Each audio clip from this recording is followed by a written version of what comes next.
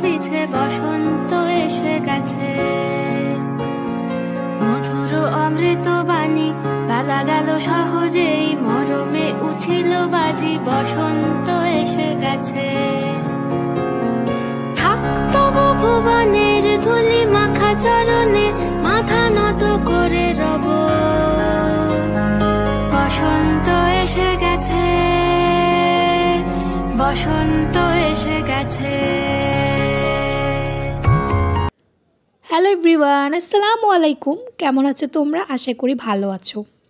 চারিদিকে শুধু বসন্তের ধুম। বসন্ত চলে এসেছে, বসন্ত চলে এসেছে। ফেসবুকে ঢুকলেই খালি বসন্ত চলে এসেছে। পোস্ট, ব্লগ এগুলো দেখে না, ক্যাপশন এগুলো দেখে না আমি একেবারে পাগল হয়ে গেছি। চিন্তা করলাম আমিও বসন্ত উপভোগ করব। তো সেই জন্য আমি প্রথমে একটা পার্সেল অর্ডার করেছি। পার্সেলে হচ্ছে আমি বসন্তের সব কিছু অর্ডার করলাম শিমু ফ্যাশন কালেকশন থেকে। তো পার্সেলটা এখন আমি আনপ্যাকিং করতেছি। এই পার্সেলের মধ্যে আমি একটা কম্বো প্যাকেজ অর্ডার করেছিলাম। তো এটার মধ্যে আমি অনেক কিছুই পেয়েছি।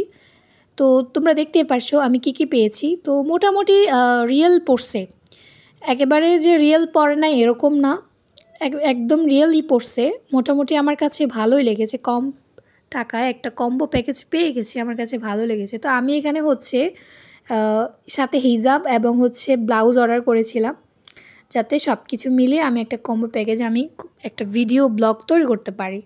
তো মোটামুটি আমার কাছে ভালো লেগেছে। এখানে চুড়িও দিয়েছে ওরা, তো সব কিছুই ভালো।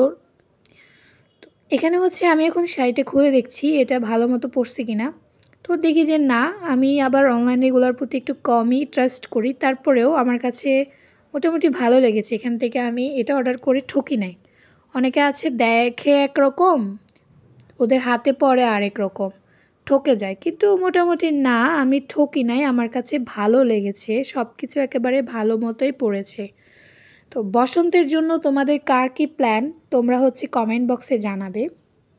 বর্তমান যে যুগ, বসন্ত থেকে শুরু করে সব কিছু উপভোগ করে।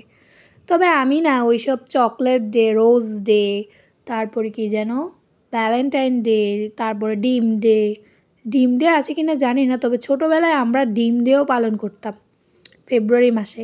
তারপরে হচ্ছে আরেকটা কি যেন ছিল, আমি ভুলে গেছি, হাগ ডে।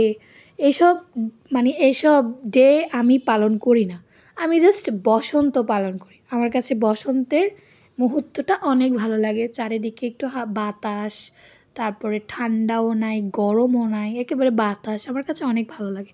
ওইসব ডে আমার ধারা হয় না।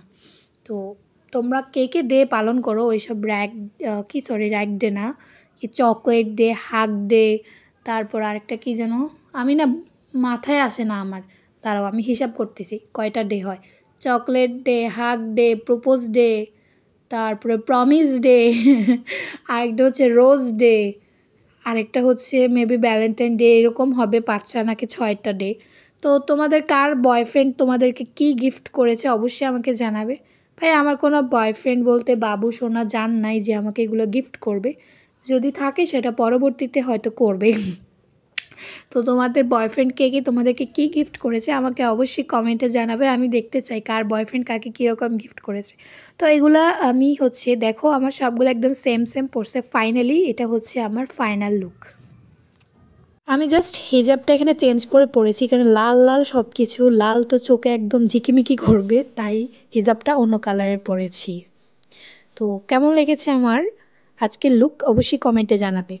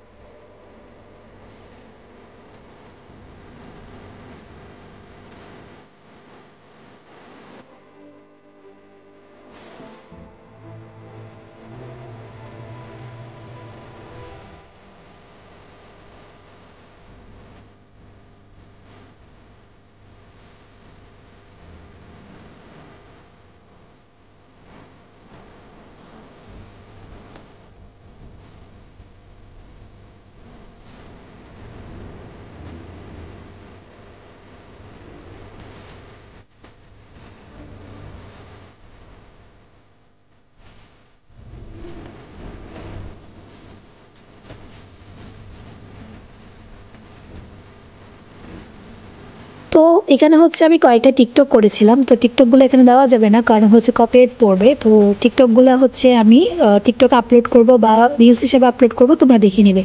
তো কেমন লেগেছে আজকের ব্লগটা অবশ্যই জানাবে, আর দেখা হবে পরের ভিডিওতে। আল্লাহ হাফেজ।